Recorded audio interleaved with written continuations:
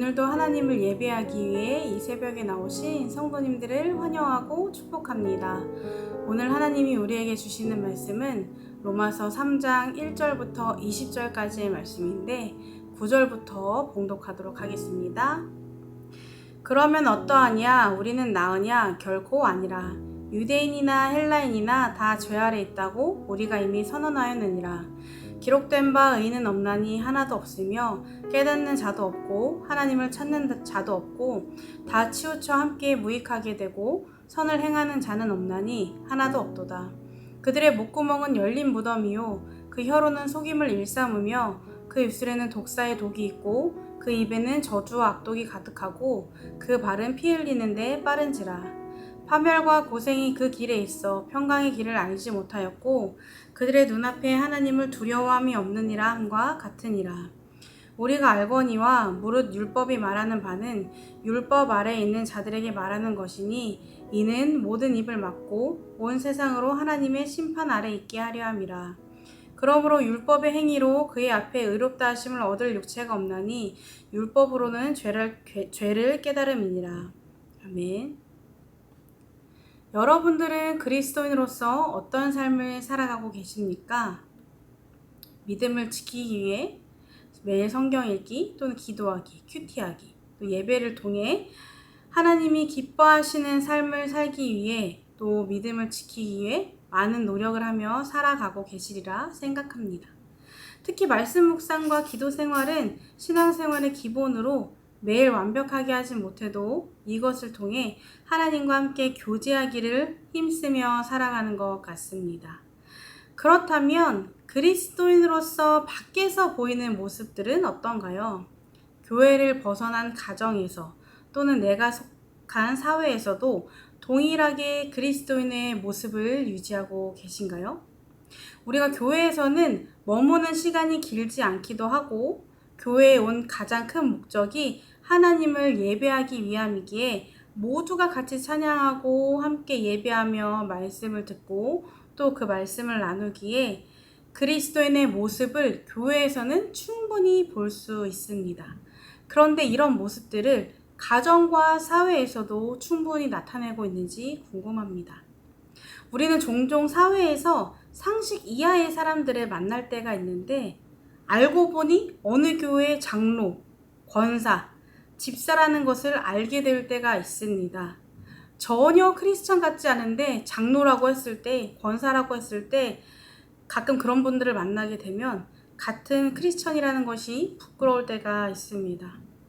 교회를 다닌다는 이유로 난 당신과는 달라 하면서 온갖 고상한 척은 다 하지만 실상은 남에게 상처나 피해를 주고 자기 이익만 챙기며 하나님의 백성으로서는 거리가 먼 생활을 하는 사람들을 가끔이 아닌 종종 보게 되는 경우가 있습니다. 그런데 이런 모습들은 꼭 누군가를 지칭하는 것이 아닌 저를 포함한 우리 안에서 충분히 나타날 수 있고 이미 나타나고 있는 모습입니다. 크게 이슈가 되지 않아서 그렇지 그리스도인이지만 삶은 그렇지 못할 때가 참 많이 있음을 느끼게 됩니다. 하나님을 믿고 구원받은 성도로 삶을 살고 있지만 우리가 꼭 잊지 않아야 할 것은 예수님을 믿지 않는 사람들과 우리가 다를 것 없이 모두가 똑같은 죄인이라는 것입니다. 유대인들은 선민 사상이 뚜렷한 민족이었습니다. 그래서 자신들을 제외한 이방인들을 별로 좋아하지도 않고 교제하려 하지도 않고 무시하고 싫어했습니다. 오직 자신들만이 하나님의 선택받은 백성이라 생각했고 그렇게 살아왔습니다. 이들의 선민사상은 구약시대로 거슬러 올라가게 됩니다. 그 시작은 하나님께서 아브라함을 이스라엘 민족의 조상으로 삼으신 것이고 그 이후 하나님은 그들을 하나님의 백성으로 선택하시면서 나는 너희의 하나님, 너희는 내가 선택한 내 백성이다 라고 말씀하시면서 시작이 됩니다. 이렇게 이들의 선민사상이 시작되었습니다. 하지만 이것은 하나님이 이들만 구원하기 위해서, 이들만 특별히 사랑해서 이들만 구원받을 자격이 있어서 이렇게 하신 것이 아니라 이들을 기점으로 전 인류, 모든 인류를 구원하기 위함이었습니다. 하지만 유대인들은 하나님의 깊은 뜻을 모르고 하나님의 선택받은 백성이라는 우월감에 빠져서 교만한 삶을 살았습니다. 자신들은 하나님의 선택을 받았기에 남들과 다르다, 우리는 유대인으로 특권을 누려야 한다는 생각에 사로잡혀 있었습니다. 또한 자신들은 율법에 대해 잘 알고 있고 할례도 받았기 때문에 수준이 다르다고 생각했습니다. 본문 말씀 2절에 보면 유대인들이 하나님의 선택을 받은 것도 사실이고 하나님이 그들에게 하나님의 말씀을 맡기신 것도 사실이라고 나오고 있습니다.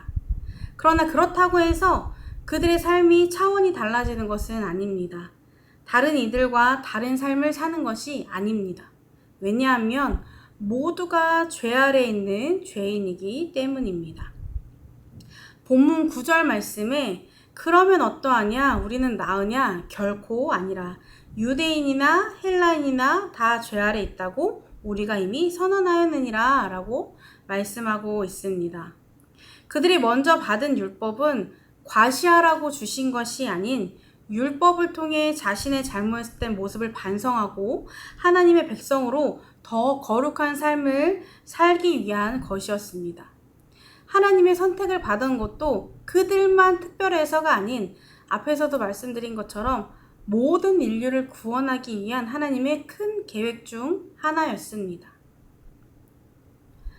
율법에 능통하다고 해서 성경을 많이 읽고 성경에 대해서 많이 안다고 해서 결코 믿음이 좋은 것은 아닙니다. 그냥 아는 것만으로는 구원받을 수 있는 것도 아닙니다. 그러나 이것이 중요한 이유는 우리의 죄를 깨닫게 해준다는 것입니다. 그 어떤 행위로도 구원받을 수는 없습니다. 성경을 가르친다고 해서 교회 열심히 다닌다고 해서 직분을 받았다고 해서 죄인이 아닌 것이 아닙니다. 우리는 똑같이 죄인이고 이 땅에 구원자로 오신 예수님이 꼭 필요한 존재입니다. 오직 예수 그리스도만을 통해 구원받을 수 있는 죄인입니다. 믿음의 행위는 구원을 받기 위한 수단이 아닌 구원받은 자로서 감사함으로 해야 할 일입니다.